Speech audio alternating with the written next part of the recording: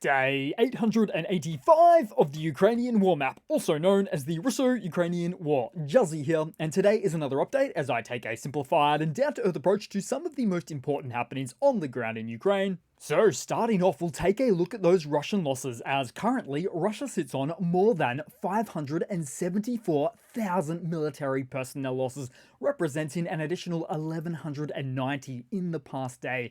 Then, as for hardware losses, 13 tanks, 21 APVs, and a whopping 51 artillery. And as for the tanks, there are weeks where we cannot even accurately identify which type of Russian tanks were destroyed due to the turtle shell armor on top, as this armor not only reduces visibility from inside the tank, but it also limits the ability of observers to distinguish the tank type from the outside. Thus, we simply have to list these types of tanks as unknown. It's the best we can do because sometimes Russia doesn't give us a lot to work with. Then, with a very busy weekend, we'll head straight into the Russian map today, as Ukrainian forces reportedly conducted multiple drone strikes against Russian oil refineries and military airfields in the Saratov, Ryazan, and Murmansk oblasts, to name but a few. So take for instance Murmansk, where Ukrainian forces reportedly conducted a long-range drone strike on the Alenia airfield, which is at bare minimum 1,800 kilometers from Ukrainian territory. The attack targeted Tu-22 M3 strategic aircraft of Russia's, which are capable of carrying nuclear weapons, and are often used by Russia to perform missile strikes into Ukrainian territory, with reports so far suggesting that at least one Tu-22 was damaged in the strike. Now, Alenia airfield is believed to house about 1/3 of Russia's Tu-22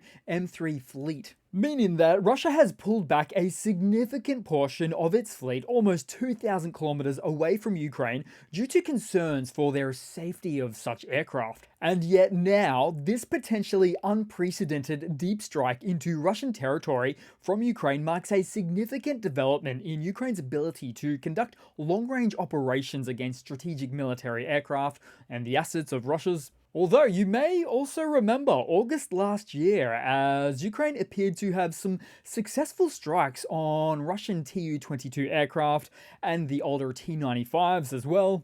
However, those attack drone strikes from back then were reportedly launched from inside of Russia, operated by partisans, and considered to be far closer afield as a result. But as for this latest event, we are surely set to receive some of the on-ground footage or satellite imagery to confirm what level of impact this latest strike has had. Then headed down the map, because as per my community post from yesterday, a Russian Su-34 fighter jet crashed inside of Volgograd during a training exercise. The Russian Defense Ministry reported that the crew successfully ejected and that there were no fatalities, with the crash believed to have been caused by a technical malfunction. So this latest incident really does follow a pattern of increased plane and helicopter crashes inside of Russia, which didn't at all occur from direct combat operations. And it was just in my last video upload right before this latest event where I spoke of the RAND report analysis that, due to the wear and tear from the constant overusage of these airframes, compounded by inadequate levels of maintenance no doubt, that Russia is expected to lose about 60 military aircraft per annum. So about one a week on average. Some weeks we'll see one, other weeks none, then other weeks 2 or more. Although it is impossible to factor in the cover-ups about accidents like these that we never hear about either. Now, as for some recent history, back in June, another Su-34 crashed in Russia's North Ossetia region during another training flight. So all of this leads to the questions of the tenure, the training, and the quality of Russian pilots, which, given the amount of destructive losses of Russian jets for a variety of reasons in this war now, skilled Russian pilots are frequently reported to be in limited supply, which was first reported at least 12 months ago, when we heard about Russia attempting to reactivate 60-plus-year-old retired pilots. But let's switch gears for a second to the helicopter rotor variety, As according to a compilation of reports from the Russian MOD and Ukraine's main Directorate of Intelligence, 3 military helicopters were destroyed in separate incidents in Russia in late this month alone. The first, an Mi-8 helicopter, was destroyed by a suspicious fire at the Kryaz airfield in Samara of Russia on July 24. Then, earlier on July 21, 2 helicopters were damaged in Tomilino near Moscow. One, an Mi-28 attack helicopter, and a Ka-226 multi-purpose helicopter. These 2 aircraft were reportedly located at the National Center for Helicopter Construction, a facility responsible for developing, producing, and repairing helicopters. This center includes design bureaus, production facilities, and testing centers. And so the loss of these helicopters, particularly specialized models like the Mi-28 attack helicopter, could impact Russia's military capabilities, as it's quite the strategic loss. So these incidents, combined with persistent reports of an atrocious lack of maintenance or spare replacement parts, invariably leads to accidents like these, suggesting that Russia may be facing difficulties in preserving its air force assets. What an incredibly poor week for Russian aviation. Or, better to say, what a poor outlook for Russian aviation. Then also, and still within the Russian map, an explosion occurred at Rosneft's largest gas field in Yamal Obar over the weekend. Local authorities have not yet specified the cause of this latest incident, and the location is some 2,000 miles away from Ukraine. Then also, and still within the Russian map, as Russian Telegram channels reported a drone attack on the Dyaghilevo military airfield and a local oil refinery in the Ryazan region. Locals spotted the suspected Ukrainian UAVs overhead, and in one instance, Russia shot down what was believed to be a Ukrainian Beaver drone, making for an in-air impact that was caught on video. Then also, over the weekend, now still inside Russia, this one is a bit more recent, as Ukrainian forces conducted a drone strike on an oil depot in Polevaya of the Kursk Oblast. The attack targeted a facility, resulting in 3 fuel reservoirs catching fire, with, at one moment in time, looking quite apocalyptic. So naturally, the oil depot strikes represent another instance of Ukraine's efforts to disrupt Russia's fuel supplies and logistics. And they are not giving up. Then headed across to a few key events on the Ukrainian map today. So we'll start out in the Toretsk region this direction, so New York for instance, and for that matter, Zalizne, where over the past few days, the momentum for the Russian army has downgraded quite noticeably. Russian forces have been attempting to extend from the base of the New York offensive, so you could say in the southwest of that offensive there. But as I've mentioned previously, it's a little bit more difficult for the Russian army just to come in from the east at the original 2022 Donbass lines, because there's just not a lot of road networks to support that kind of endeavor. But perhaps where Russia has been making its most concerted of efforts is on the Avdiivka axis, as they continue to take incremental positions directly along the railway tracks. In fact, most of Russian efforts at the moment for their army is geared almost exclusively towards taking western positions, with what is most likely the intent of reaching the M04 highway in the southwest after getting bogged down in the northern component. Then taking a look more broadly on the map, as we saw a slightly damaged Russian Mr. S self-propelled howitzer. Okay, it was completely destroyed. Then we also saw the case of a Ukrainian FPV destroy a Russian boat on the Dnipro River, presumably somewhere in or nearby the Kherson region. Then we also saw an atomized Russian BMP infantry fighting vehicle in the Donetsk region, resulting from an anti-tank mine, and possibly due to the use of the PTM-3 mines equipped with proximity sensors, which are placed on frequently used Russian army roads by Ukrainian quadcopters. Then, in an uplifting military update for Russia, we witnessed one of the rare 2 or 3 out of 100 Russian tanks with metal shed exoskeletons return from battle. And so it's all about the risk to reward ratio here, being that there is a very small percentage bump for protection when installing this makeshift shed on top. With the trade-off being you really have no visibility on the field. So instead, the Russian tankies just almost aimlessly head in the offensive direction. Some even reported getting lost. And add to that with a baked-in non-capability to respond to threats in a timely and appropriate manner.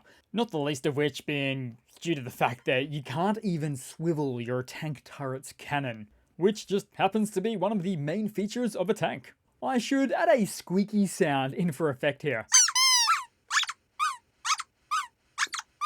Then also, a little bit randomly, we came across a Russian Telegram channel upload of one of their destroyed Pantsir air defense systems. Not a lot of value left in that thing. Then, also in the east, a Ukrainian FPV operator brought new meaning to the phrase drone loitering, as the Ukrainian drone parked outside Russian positions to conserve battery, lying in wait at a location that appeared to be a Russian armored personnel carrier buried up to its hatch, or even a makeshift concrete bunker. Now, what I'll say is that we have to use our imagination here. No scout drone around was there to tell us or show us exactly what went down.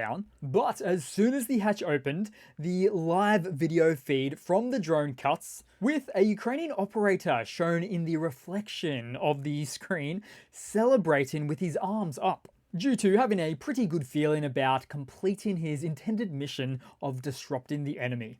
Then heading across to a little bit of news today, as for this interesting news, as the RCB, or the Russian Central Bank, finally did it. After hinting at a rate rise recently, they actually raised the central bank interest rate by a whopping 200 basis points, from 16% to 18%, in order to combat accelerating inflation. Now, officially, at least according to the Kremlin, Russia's inflation rate reached 8.6% in June, although of course it is well into the double digits in actual reality. But either way, it's driven by soaring domestic demand that has also been met with huge supply constraints, with the central bank announcing pretty much just that as the reason for the rate increase, as being due to domestic demand, which continues to outstrip the supply of goods and services, with labor shortages worsening, which tends to happen when you assign any freely available workers, including even the migrant workers,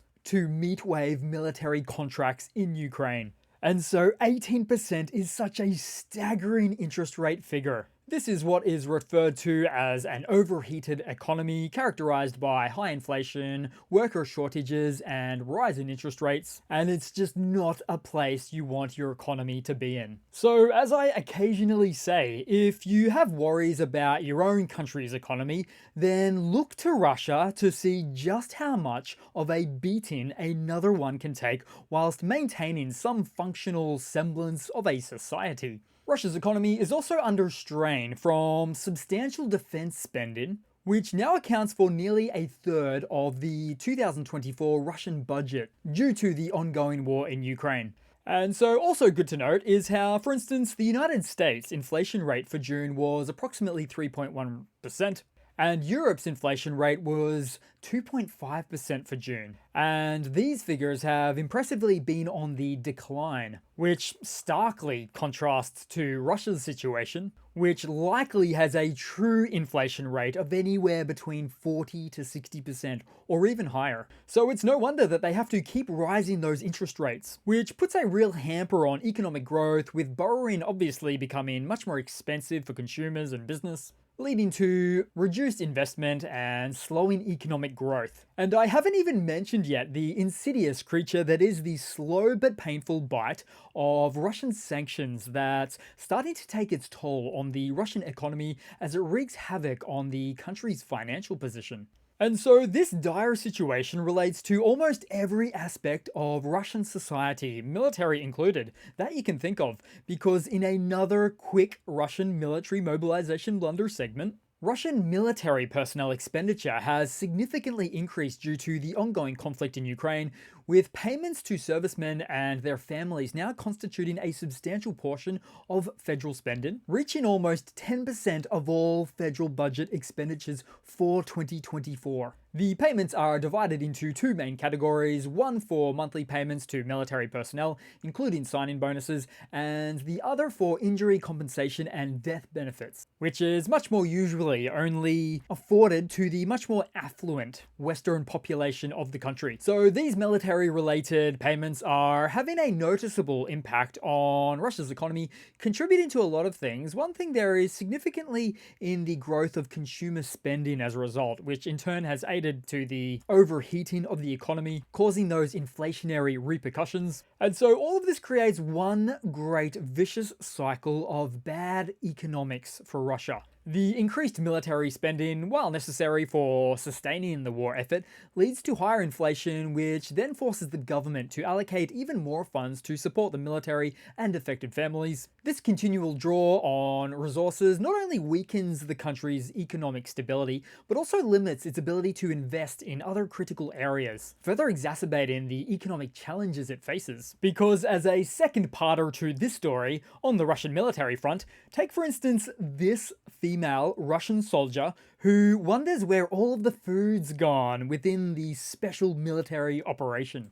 Of which this specific example only leaves me with more questions than answers. So I won't be unpacking that one today. Then headed across to a quick funny to round it all off for today, guys. So take a look at this latest one. As we see Russian soldiers training likely in the occupied Donetsk region, but also training on two 73mm Grom cannons, detached and salvaged from BMP-1 infantry fighting vehicles. Wow, we're really starting to see the direction Russia's military is headed down, cannibalizing almost 60-year-old cannons from their vehicles as some sort of means of infantry support.